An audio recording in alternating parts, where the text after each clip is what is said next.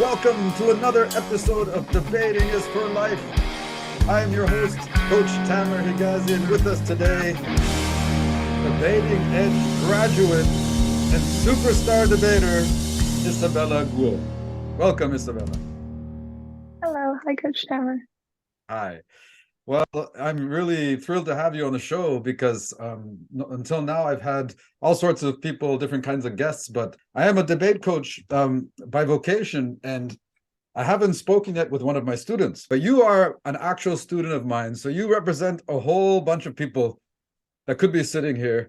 And I couldn't be happier to have Isabella Guo as the student ambassador for Debating Edge. But here's the deal, and we have a debating relationship.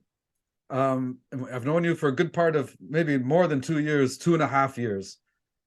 However, I don't know anything about Isabella before debating. All I know is that you came to this program as a really shy young girl. I think towards the end of grade 7 or beginning of grade 8, I met Yeah, you, exactly. and you were arguably the shyest kid in my class, and maybe the shyest kid in the whole program at the time. So tell me a little bit about yourself leading up to that moment, like your childhood, and were you always quiet and withdrawn? Is that a thing in your family? Or tell me a little bit about yourself. Yeah, I think being shy is definitely a really good way to describe my childhood and how I was when I was little. Like if you ask my parents, I was definitely really, really shy when I was little, to the point where I remember like an incident where I just recognized how truly shy I was at school. The teacher was handing out cookies and everyone was getting a cookie, and then I didn't get one, but I was way too shy to ask the teacher for a cookie. So that's essentially just how shy I was. And just growing up, I remember my parents would like I played music. I learned how to sing, I learned how to play piano, and my parents would always push me to go to like performances, to go to competitions, and I would like refuse so much. But they sent me to so many of these things, and it really, really helped me. I think I went from completely refusing to, being involved in a lot of these things, but still, like as a person, my personality was still to be really, really shy.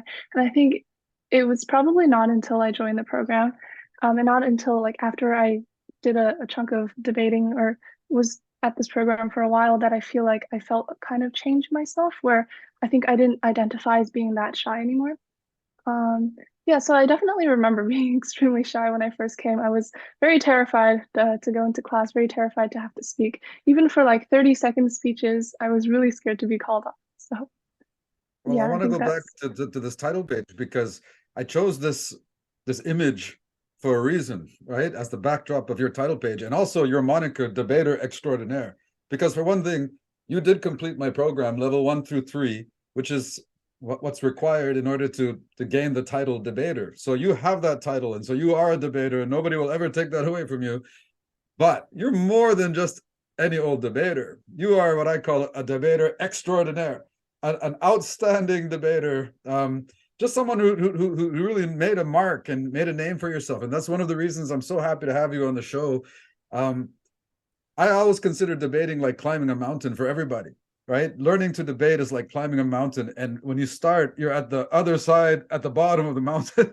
And I always say, Camelot, the city of lights, is our destination. That's debating. That's on the other side of the mountain. So as we're marching up level 1, it's all steep climbing. And I know I'm hard on you guys. And we're in the program for almost a solid year, from beginning of level 1 to end of level 3. You went through all of that. You know that the pressure, right? That I want you to talk about a little bit what it's like to go through that debating program, especially in the beginning when you met me. No one's ever called me shy. And so you must have thought, who's this boisterous guy yelling at us, waving his hands around? What did that feel like for you? well, if I'm gonna be perfectly honest, I was completely terrified of you at the beginning. I was so scared you'll say what I said was wrong or call on me when I wasn't ready, or I'd like make a fool out of myself. And I came to class like every week, really terrified before class, terrified all day. But I still came to class every week because it was so interesting. I think um, a part of me knew like it's important for me to challenge myself and to do the things that I'm scared of, but also like I came to class because I felt like I was learning something new. We weren't just learning, like debate terminology. We had like lessons, quotes, and things that really made class interesting. Even if I was scared to do it, I thought it was worth doing. So I think that's probably something that really helped me stick along Yeah, for a long I think what you're talking about is what I call like that thing that bonds all the students together, regardless if they're good speakers or not. Because in the beginning of every class, there's always what I call the peacocks, the kids that want to strut their stuff and they love the spotlight and they want to talk. And then there's the kids like you who are just kind of the wallflowers in the back and they don't want to talk in the beginning, but they're very interested in the content and there's still a lot to learn and we're all kind of bonded together by this intellectual curiosity. So that was apparent with you right from the get-go. I actually have a really nice video of you from the early days. I don't know how early this was, maybe in level 2.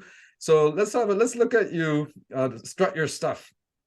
Side opposition believes that having more siblings is not better because the more siblings you have, the more people you have to share with. And having siblings mean that you'll always have lots of arguments. I have one brother, and even just having one brother, I know that I constantly argue with my brother because there are so many things that I disagree with.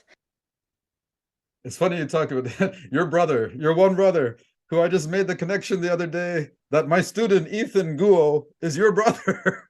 And he's been my student for 2 levels. And for some reason, I never made the connection. But I know your brother very well. And now that you tell me you're his sister, it's all clear as day. You guys are very, very similar.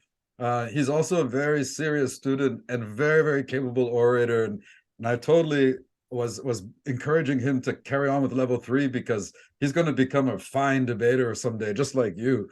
Anyway, it's funny you're talking about sibling rivalry with your brother. Are you guys, now that your brother's learning debating, do you guys do some of this debating stuff at home?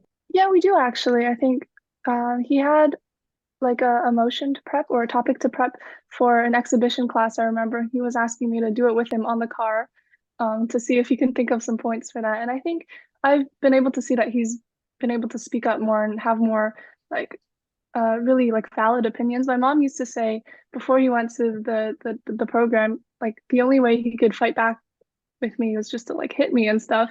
But now he can actually like say some things and really like we can verbally. I think he really enjoys the program as well, and I see like the improvement in him overall as well. And so you stuck with it and didn't give up and you persevered and you reached the finish line at the end of level 3. And that's when I say, you get the title of debater and nobody ever catches me calling them a debater until the last class of level 3. That's the first time my students hear me call them a debater because I feel like it's, a stripe you have to earn. It's debating is a marathon. It's not a sprint. We got to kind of, any school that kind of calls you a debater from day one or makes you even debate on day one, it's kind of like a karate school that just hands out belts gratuitously, right? You have to earn those belts, and you did. But the only place to go for a debating edge graduate after level 3, and nobody would blame you if you ran for the hills and never thought about debating again, like you paid your dues. But for those at the end of level 3, sometimes fall in love with debating, which level 1 students would never ever believe.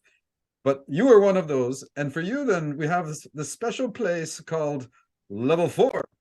And in level 4 is what was our competitive stream.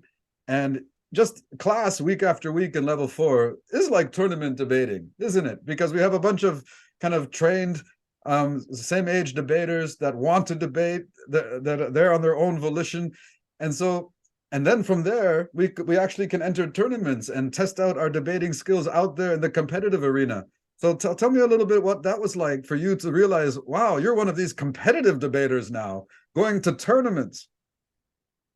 I think I really clearly remember how hard it was for me to sign up for my very first tournament. That was probably, I'd say, like after signing up for your program first, I think this is probably the second biggest step that I took in my debating career. I remember I was thinking about it so much and like internally debating whether or not I should go. I was so scared. But I remember I was just in class, and then the coach at the time, I feel like probably all debaters and all debate coaches just have a very persuasive way of like speaking about things in general, not just in debates. Like she was able to persuade me to go and like take the final step and sign up. Like very spontaneously, I thought, yes, I'll sign up for this.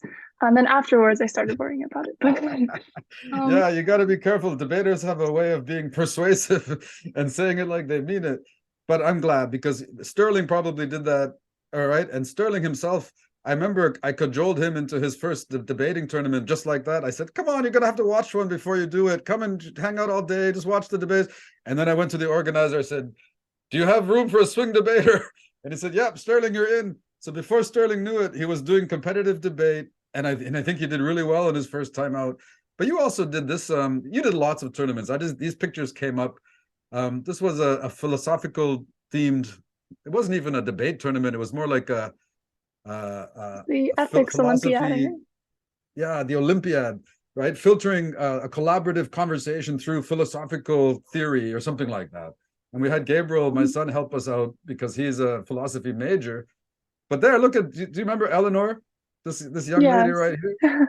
She's actually Eleanor. volunteering at Debating Ed. She's coming tonight for the junior level 4 program, and she does her volunteer hours here, right? Which you might want to consider if you need some volunteer hours.